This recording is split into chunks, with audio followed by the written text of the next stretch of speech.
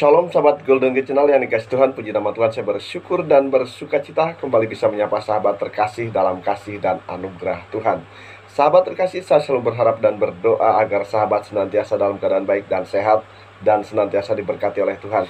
Ya sahabat terkasih, saat ini kita akan melihat perbincangan dua tokoh yang cukup dikenal ya. Yang pertama adalah Evangelis Daud Tony, ya dimana hambanya ini cukup dikenal di kalangan Kristen tetapi juga di kalangan non-Kristen, saya kasih Tuhan ya. Ya sahabat kasih Tuhan, yang kedua adalah Bapak Muldoko ya. Beliau tentunya sangat dikenal ya di kalangan masyarakat luas, saya kasih Tuhan ya. Karena beliau adalah seorang tokoh dan juga saya kasih Tuhan saat ini menjabat sebagai staf khusus kepresidenan, saya kasih Tuhan ya. Ya sahabat kasih Tuhan, apa yang dibicarakan kedua tokoh ini, saya kasih Tuhan, dimana sebelumnya ya Evangelis Daud Tony pernah juga membahas bahwa beliau suatu saat akan bertemu dengan Bapak Muldoko dan akan berbicara banyak hal.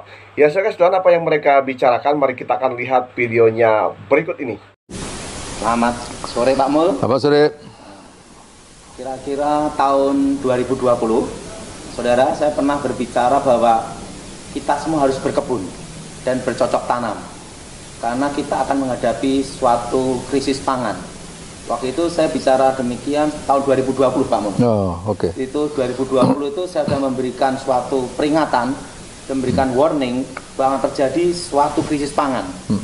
Dan sekarang ini ada yang namanya itu El Nino.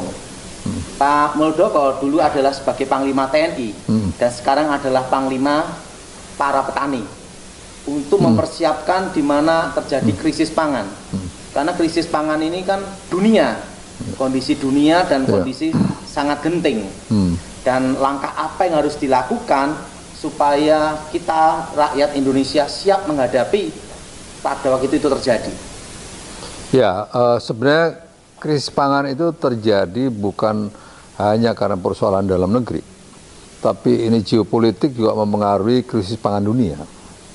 Jadi krisis pangan ini bukan nantinya hanya Indonesia yang menghadapi, tapi justru sekarang dengan adanya di antaranya ya, dengan adanya perang Rusia dengan Ukraine, itu juga membawa dampak krisis pangan yang cukup signifikan. Itu berikutnya juga ada kemahalan harga pangan. Itu ada 3 penyebab utama kenapa harga pangan menjadi mahal. Yang pertama karena kegagalan panen. Kegagalan panen itu bisa karena musim panas yang berlebihan atau El Nino tadi, atau juga karena musim banjir, hujan yang berlebihan akhirnya banjir. Berikutnya karena hama. Itu bisa minimum 3 hal itu menjadi penyebab utama karena gagal panen. Yang kedua karena ada konversi energi.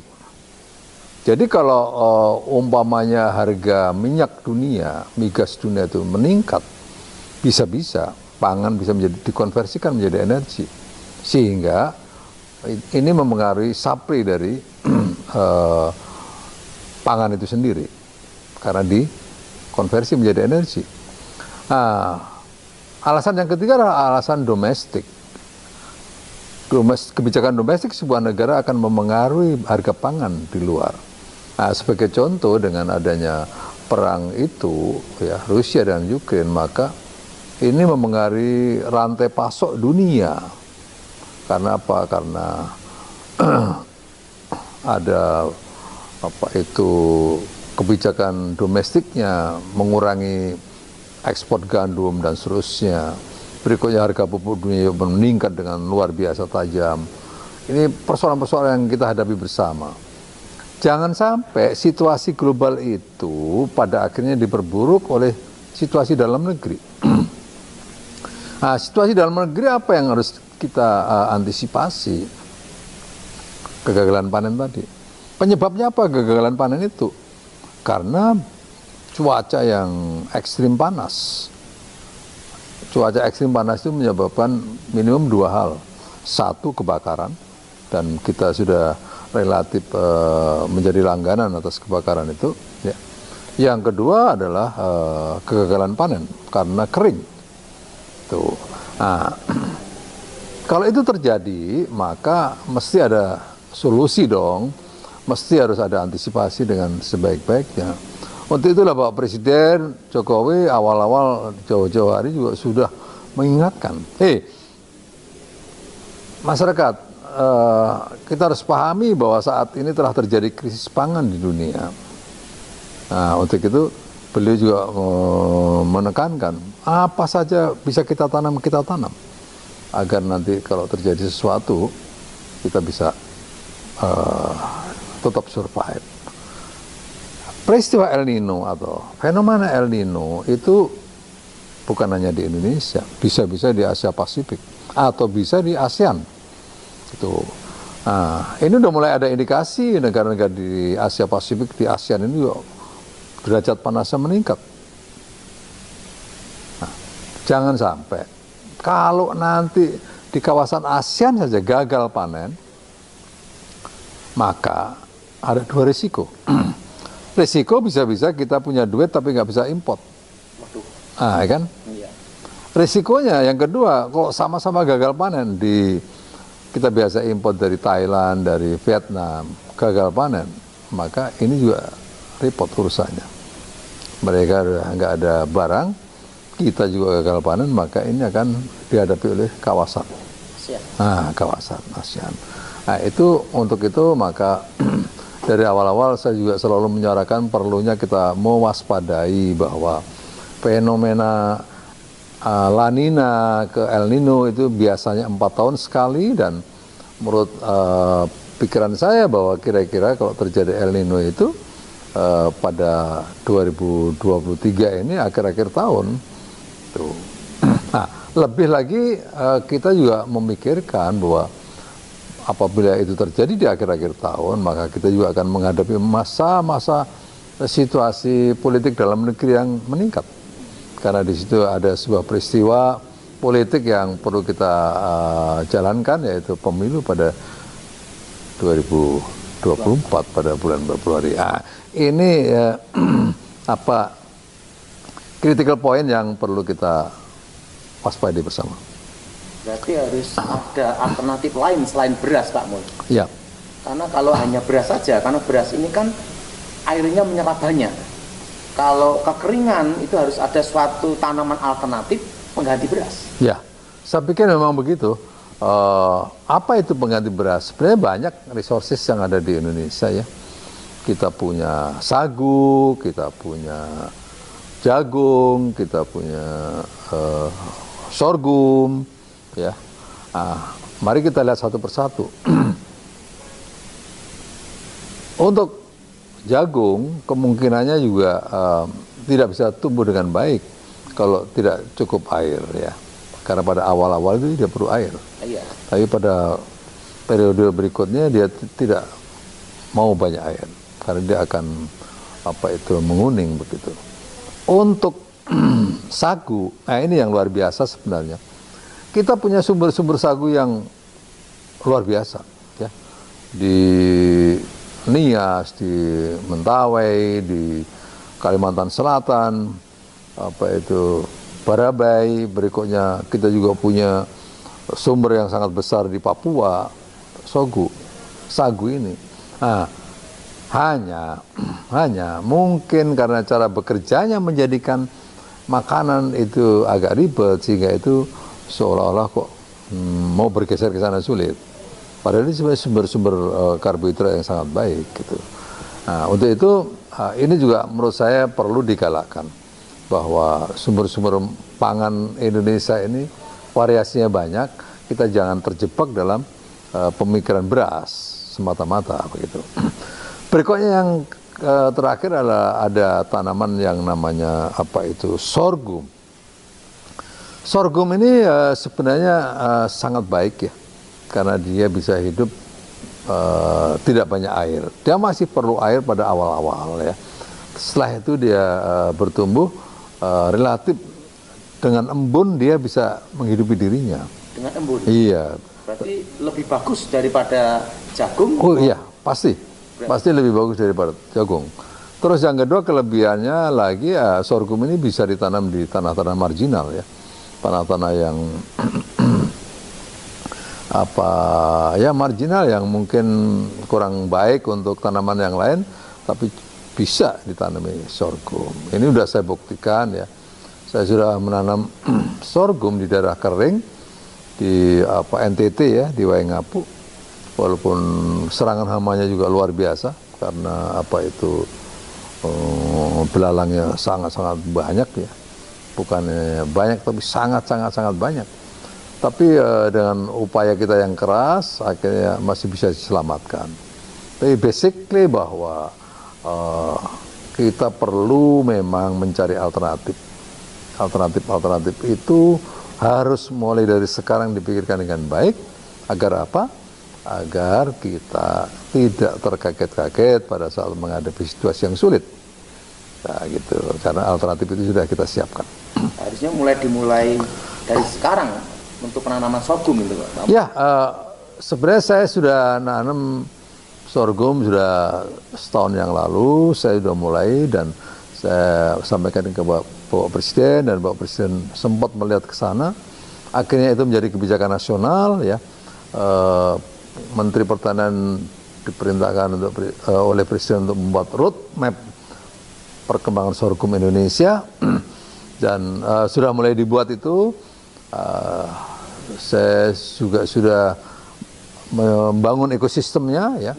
Ya karena karena masyarakat akan bergiat menanam kalau ada off takernya. Berarti pembibitan sudah ada nih sekarang Pak. Nah, kalau masyarakat mau nanam maka harus ada bibitnya. Untuk itu kalau bibit ini kencang permintaannya, maka riset itu terus berkembang dengan baik. Nah, sekarang juga kita semuanya sudah menyiapkan diri untuk menyiapkan bibit ya, benih ya, sorghum itu agar roadmap yang dibuat oleh pemerintah itu bisa dijalankan. Karena ini berkaitan luasan lahan. Luasan lahan berkaitan dengan seberapa banyak kebutuhan dari benih. Benih akan ada pilihan-pilihan mana benih yang terbaik, maka itu riset juga akan bergiat ke sana nantinya gitu.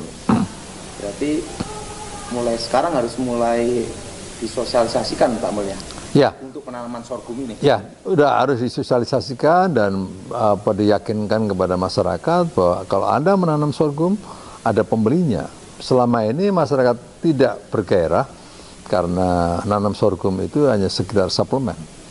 Hanya sekedar bisa untuk makan sapi, bisa untuk makan ya cadangan pangan mungkin ya. Tapi dalam jumlah yang sangat kecil karena memang pembelinya belum ada. Nah, sekarang ini pasar terbuka lebar ya, pasar terbuka lebar sehingga masyarakat sudah bisa bergerak sebenarnya. Berarti untuk saat ini untuk pembeli sorghum udah ada kepastian. Sudah ada kepastian. Jadi kalau menanam tapi tidak ada pembeli kan juga repot. Oh ya repot. Nah, tapi kalau udah ada pembibitan, sana penanaman, ada pembelinya, itu masyarakat harusnya segera menanam itu Pak Mul. Iya, harusnya begitu. Supaya menghadapi kekeringan itu Pak Mul. Iya, hanya kan begini, bagi masyarakat kan nggak bisa dipaksa. Karena masyarakat punya pilihan-pilihan. Sepanjang, kan dia juga pintar masyarakat, petani kan, dia bisa kalkulasi. Kalau saya tanam sorghum hasilnya sekian, kalau saya tanam jagung hasilnya sekian, kalau saya tanam ini hasilnya sekian, maka itu ya masyarakat punya pilihan. Tapi yang paling penting adalah masyarakat sudah memahami tentang situasi yang mungkin akan dihadapi. Berikutnya ada prospek baik untuk menanam sorghum, sehingga petani pada akhirnya juga akan itu menjadi pilihan. Jadi sorghum ini ada alternatif yang terbaik selain beras Pak? Ya, karena sorghum itu ada beberapa nilai produk yang baik ya. Gizi? Satu, gulanya rendah. Oh, gulanya rendah? Rendah gulanya. Jadi untuk penderita diabetes aman? Aman ini, aman. Nah, kalau beras gitu. Khawatir Pak? Iya, beras cukup tinggi ya. Nah, terus yang kedua seratnya tinggi nih sorghum. Seratnya tinggi? Seratnya tinggi. Berikutnya lagi karbohidratnya sangat memadai. Bahkan lebih tinggi kayaknya karena kita makan sorghum sedikit itu kenyangnya panjang tuh. Nah, ini bagus untuk kesehatan itu. Jadi sebenarnya hanya masyarakat dibiasakan makan itu Pak? Ya saya pikir begitu karena saya menikmati sorghum sangat nyaman. Hanya memang tidak, kalau hanya semuanya sorghum itu capek juga makannya. Ya gitu ya. Untuk itu perlu ada Kebiasaan campuran. nasi juga. Ada campuran nasi dan sorghum itu menjadi enak, menjadi unik ya, karena apa, kenyal-kenyalnya ada, apa itu gurihnya ada. Jadi menjadi nasi itu menjadi lebih enak begitu. Kalau diperhatikan Pak Mul, dari jagung, kayak itu sagu, ada lagi yang ketiga itu singkong. Ya. Berarti yang terbaik tetap sorghum, Pak Mul.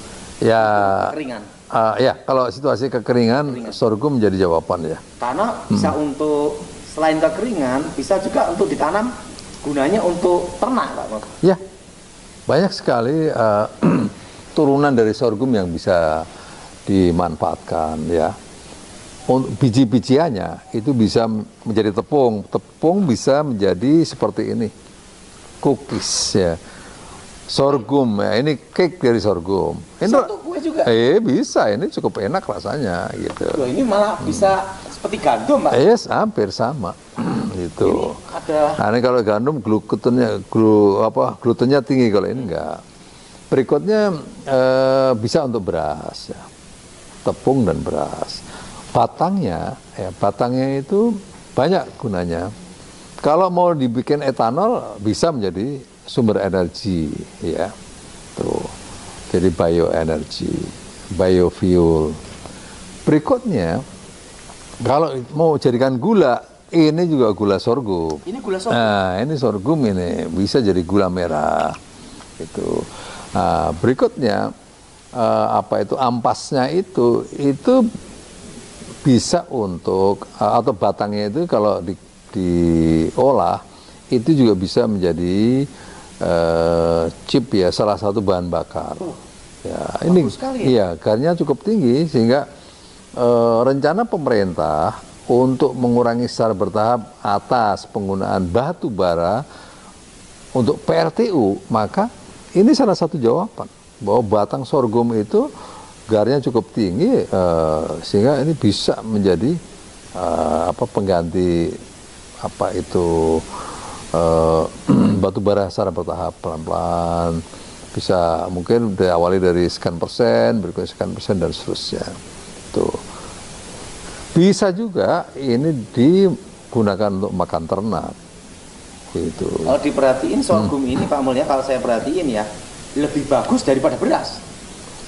Ya, karena banyak Kegunaannya banyak banget. Iya, banyak kegunaannya. Tetapi karena beras menjadi makanan utama bagi masyarakat, maka beras sulit untuk ditinggalkan. Nah, gitu. Tapi bahwasanya sorghum bisa ditanam pada lahan-lahan marginal yang tidak begitu produktif dan bisa tumbuh dengan baik, menghasilkan. Nah, ini doku baru ini bagi masyarakat kan begitu. Makanya Pak Mul ini cocok jadi Panglima Tani, Pak Mul. Iya. Karena memikirkan bagaimana rakyat ini, Pak Mul. Iya. Karena kekeringan ini kan tidak mungkin sebulan 2 bulan, Pak Mul. Iya. Bisa 8 bulan, bisa 1 tahun, bisa 2 tahun. Iya. Alam tidak bisa ditentukan, Pak Mul. Iya, betul. Jadi saran saya, Pak Mul ya, ini kelihatannya perlu pemerintah kerahkan dan sosialisasikan dan pemahaman ke rakyat semua, para petani untuk menanam sorghum seluruh Indonesia, Pak Mul. Ya, saya pikir kalau kita bicara sorghum ya, saya ingin mengingatkan masyarakat Indonesia bahwa tanaman sorghum itu sudah digambarkan di reliefnya Borobudur. Berarti sorghum itu sudah ada di Indonesia, Pak? Iya, sorghum. Bukan impor? Bukan, sebenarnya kita sudah punya kapasitas untuk nanam sorghum ini sudah ada dari awal. Berarti secara garis besar, Pak Mul ya, alam Indonesia ini cocok untuk sorghum berarti? Basically cocok karena sudah ada reliefnya. Iya, mulai dari awal sudah digambarkan. Zaman kerajaan berarti? Zaman kerajaan, iya. Berarti tidak perlu susah-susah nanam itu karena pernah terjadi penanaman di situ, Pak? Betul. Dan sorghum itu bisa sangat cocok ditanam di daerah mana aja. Relatif bisa tumbuh dengan baik. Semua betul. Bisa berarti? Iya. Berarti gitu. saya kira itu Pak Mul ya, pemahaman saya itu, saya kira tuh sorghum itu impor. Nggak taunya asli Indonesia ya. Ya justru kalau kita bisa nanam dengan optimum, kita bisa ekspor. bisa ekspor. Bisa ekspor kita. Gitu. Jadi kita tidak hanya impor, tapi bisa ekspor. Iya, mungkin satu sisi kita import untuk kebutuhan tepung dari gandum. Nah, tapi satu sisi kalau kita nanam sorghum dengan serius, jumlah yang besar, kita bisa ekspor gitu. Karena banyak negara yang perlu itu. Berarti karena lebih bagus pada beras dan bisa-bisa ini kegunaannya lebih banyak daripada beras, Pak Gun. Ya, karena banyak. Kesehatan juga. Ya, kayak banyak produk-produk turunannya. Gitu. Ini langkah-langkahnya harus segera dilaksanakan, Pak Mul, untuk masyarakat, Pak Mul. Iya, sebenarnya tahun pertengahan 2022 Pak Presiden sudah memimpin ratas tentang sorghum, dan saya pikir bagaimana ini kita tadi itu secara masif disosialisasikan dan memberikan kepastian kepada petani. Petani nggak usah ragu-ragu, ya. Anda bisa nanam sorghum, ada pembelinya gitu. Ini Pak Mul kelihatannya cocok jadi Panglima Tani Indonesia. Dan untuk ketahanan pangan ini sebenarnya sudah ada solusinya. Ya, kan memang anaknya petani, jadi ya. Anak petani ya. Iya, saya dulu kecilnya habis tidur di suru langgar kecil itu ya, pagi-pagi digelendeng sama bapak saya ke sawah gitu. Nah, di situ nanam kedelai, nanam jagung, panen padi lah, nanam tembakau. Jadi saya sangat tahu itu bagaimana kehidupan pertanian itu. Jadi sebenarnya sorghum ini bisa menjadi alternatif yang terbaik. Kedua, jangka panjang juga lebih bagus karena bisa ekspor kita, Pak Mul. Bisa. Dan yang ketiga, di medan apapun aman, karena tidak perlu penyesuaian. Karena setahu saya, kalau tanaman yang di iklim yang berbeda, itu kan susah, Pak Mul, penyesuaiannya. Tapi sorghum ini kan sudah ada sejak zaman kerajaan. Iya. Artinya sudah ada di Indonesia dan sudah diadaptasi dan ekosistemnya bisa menerima. Iya. Jadi tidak ada kesulitan apapun, Pak Mul. Sepertinya nggak ada kesulitan karena sorghum juga punya daya tahan dari serangan hama. Lebih tahan. Lebih tahan dibandingkan tanaman yang lain. Sama padi lebih tahan mana? Oh, jauh lebih padi lebih rentan. Oh, padi lebih rentan. Iya, padi rentan, jagung juga relatif rentan, tapi sorghum ini cukup kuat. Hasil produksinya, Pak Mul? Ya, sebenarnya sorghum rata-rata karena benih kita masih belum baik ya, rata-rata 3 ton sampai dengan 3,5 ton.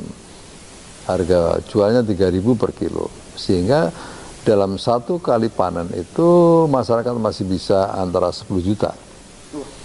Dari padinya.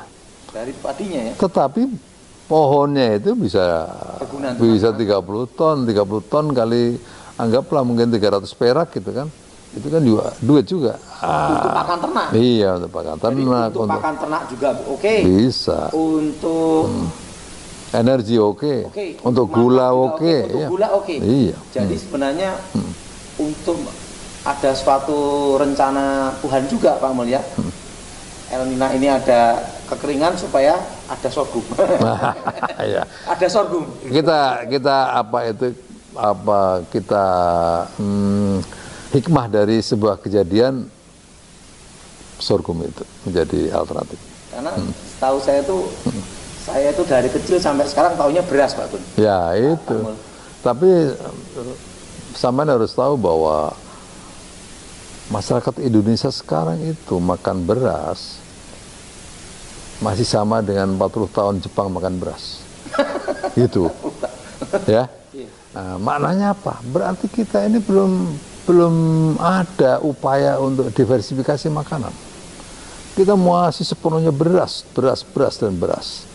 Gitu. Nah, mestinya kita sudah mulai memikirkan bahwa pelan-pelan kita kurangi. Saya sudah mulai mengurangi beras sekarang. Maka perut saya masih langsing gitu. Dan tetap seperti umur 30. Alhamdulillah. Berarti karena makan sorghum. Jadi Pak Mul, kalau saya ambil kesimpulan, sorghum lebih bagus daripada beras. Ya, dari sisi apapun, dari sisi komposisi itu sorghum bagus. Baik dari kesehatan, baik dari harga jual, Ya. karena ada kepastian, Ya. dan kegunaan. Ya. Karena kegunaannya bisa macam-macam, Pak. Macam-macam. Ya. Sedangkan kalau beras kan taunya untuk satu, untuk kita makan, kedua padinya untuk pakan ternak, untuk sapi kan gitu, Pak. Ya. Tapi kalau tak perhatiin sorghum berbagai macam. Iya. Ya, termasuk pemupuannya susah enggak, Pak Mun? Enggak, relatif mudah ya, relatif mudah, enggak seribet padi, enggak, tidak iya, seribet padi. enggak seribet padi. Jagung juga cukup, tapi sorghum relatif jauh lebih mudah. Sebenarnya iklim Indonesia mendukung sekali, Pak. Sangat mendukung. Karena kan hanya kemarau dan hujan. Iya, Berarti kalau sorghum ini kita bisa panen setiap saat, Pak. bisa Tidak saja. ditentukan hari ini, Iya. karena kering, kuat. Ya, khususnya tadi itu, khususnya area-area yang tidak produktif untuk jagung, untuk padi, untuk yang lain, sorghum, itu bisa, gitu loh. Jadi yang penting sekarang adalah sosialisasinya Ya, dan masyarakat mau menanam, ya, dan saya rasa Pak Mur sebagai Panglima Tani akan mendorong masyarakat untuk bertani ini. ya, ya. Saya pikir ya harus kita jalankan bersama-sama. Gak ada yang nggak bisa, harus bisa. Harus bisa, iya, Pak. Iya, harus bisa. Karena Pak Mul kan terdidik di militer, disiplin, segala sesuatu bisa dilakukan. Iya. Karena punya komitmen. Ya. Nah, apalagi sekarang jadi Panglima Tani, pasti bisa. Ya, pasti bisa. Untuk masyarakat Indonesia, saya rasa aman kalau nanam sorghum juga, Pak. Ya, ya. Jadi kalau ingin aman dari kekeringan, aman dari kelaparan, aman dari harga-harga naik, tanam sorghum. Sorghum. Supaya Baik, ya. ada kestabilan pangan. Iya. Karena kan gini, Pak Mul, kalau sampai terjadi krisis pangan, kan bicara tentang perut bahaya, Pak Mul. Iya. Tentang keamanan. Jadi, Perut tidak bisa ditunda. iya, perut Iya. bisa ditunda. Nah, Dan kalau salah satu alternatif supaya perut tidak ditunda, sorghum. Ya. Terima kasih Pak Mul nih waktunya, Ya. dan saya senang sekali sama Pak Mul, sehingga saya bisa ambil kesimpulan bahwa Pak Mul ini selalu mikirkan untuk rakyat. Ya, karena apa itu menjadi kebutuhan, perut nggak bisa ditunda. Perut tidak bisa ditunda, dan perut tidak bisa dikatakan berhenti dulu ya, nunggu 1 tahun. Nggak bisa lagi. Dan kalau udah ngomong perut, bisa tentang keamanan juga. Iya, pasti. Ya. Pasti. Terima kasih saya juga kepada Pak Daud, Pak Tony, karena dengan kita berbicara seperti ini bagian dari bagaimana mensosialisasikan atau sorghum menjadi salah satu pilihan alternatif bagi pangan Indonesia. Terima kasih waktunya Pak Mul. Oke, terima kasih banyak Pak. Ya. Ya, saya kasih demikian perbincangan antara Evangelis Daud Tony dan juga Bapak Muldoko ya sebagai staf khusus kepresidenan, saya kasih ya, di mana kedua tokoh ini membahas mengenai bagaimana Indonesia menghadapi yang namanya krisis pangan yang bisa saja terjadi, saya kasih ya. Ya, dan bahkan memang diperkirakan dunia akan mengalami yang namanya krisis pangan ya. Tentunya krisis pangan terjadi oleh karena beberapa faktor. Ya, yang saat ini kelihatan adalah faktor perang antara Rusia dan Ukraina. Jikalau hal ini terjadi terus berkepanjangan, ini akan mengancam dunia terjadi krisis pangan. Ya, sahabat yang dikasih Tuhan, faktor yang lain saat ini juga sedang ada yang namanya fenomena El Nino, di mana suhu panas itu naik, saudara kasih Tuhan ya. Panas begitu menyengat. Ya, sahabat yang dikasih Tuhan, jikalau fenomena El Nino ini terus berlanjut dalam jangka waktu yang panjang, saudara kasih Tuhan, tentunya akan terjadi kekeringan. Dan jikalau terjadi kekeringan, ini akan mengancam ketahanan pangan ya, karena tentunya tidak bisa menanam. Ya, sahabat yang dikasih Tuhan, sesungguhnya Evangelis Daud Tony sudah cukup lama ya menyampaikan mengenai krisis yang bisa terjadi ya di bangsa ini, bahkan di dunia, saudara kasih Tuhan ya. Bahkan dikatakan Evangelis Daud Tony sudah sejak tahun 2020 ya, beliau bercocok tanam ya. Nah, saya kasih Tuhan, dan beliau juga mengajak, menyarankan agar semuanya bercocok tanam. Ya, sahabat dikasih Tuhan, dalam pembahasan ini ya, kedua tokoh antara Evangelis Daud Tony dan Bapak Muldoko ya membahas mengenai bagaimana menghadapi krisis pangan yang bisa saja terjadi. Ya, sahabat yang kasih Tuhan, di mana Bapak Muldoko menyampaikan ada solusi yang cukup baik ya, yaitu sorghum sebagai pengganti makanan pokok, yaitu nasi, saudara kasih Tuhan ya. Dimana sorghum ini bisa ditanam dalam kondisi yang ekstrim sekalipun, saudara kasih Tuhan ya.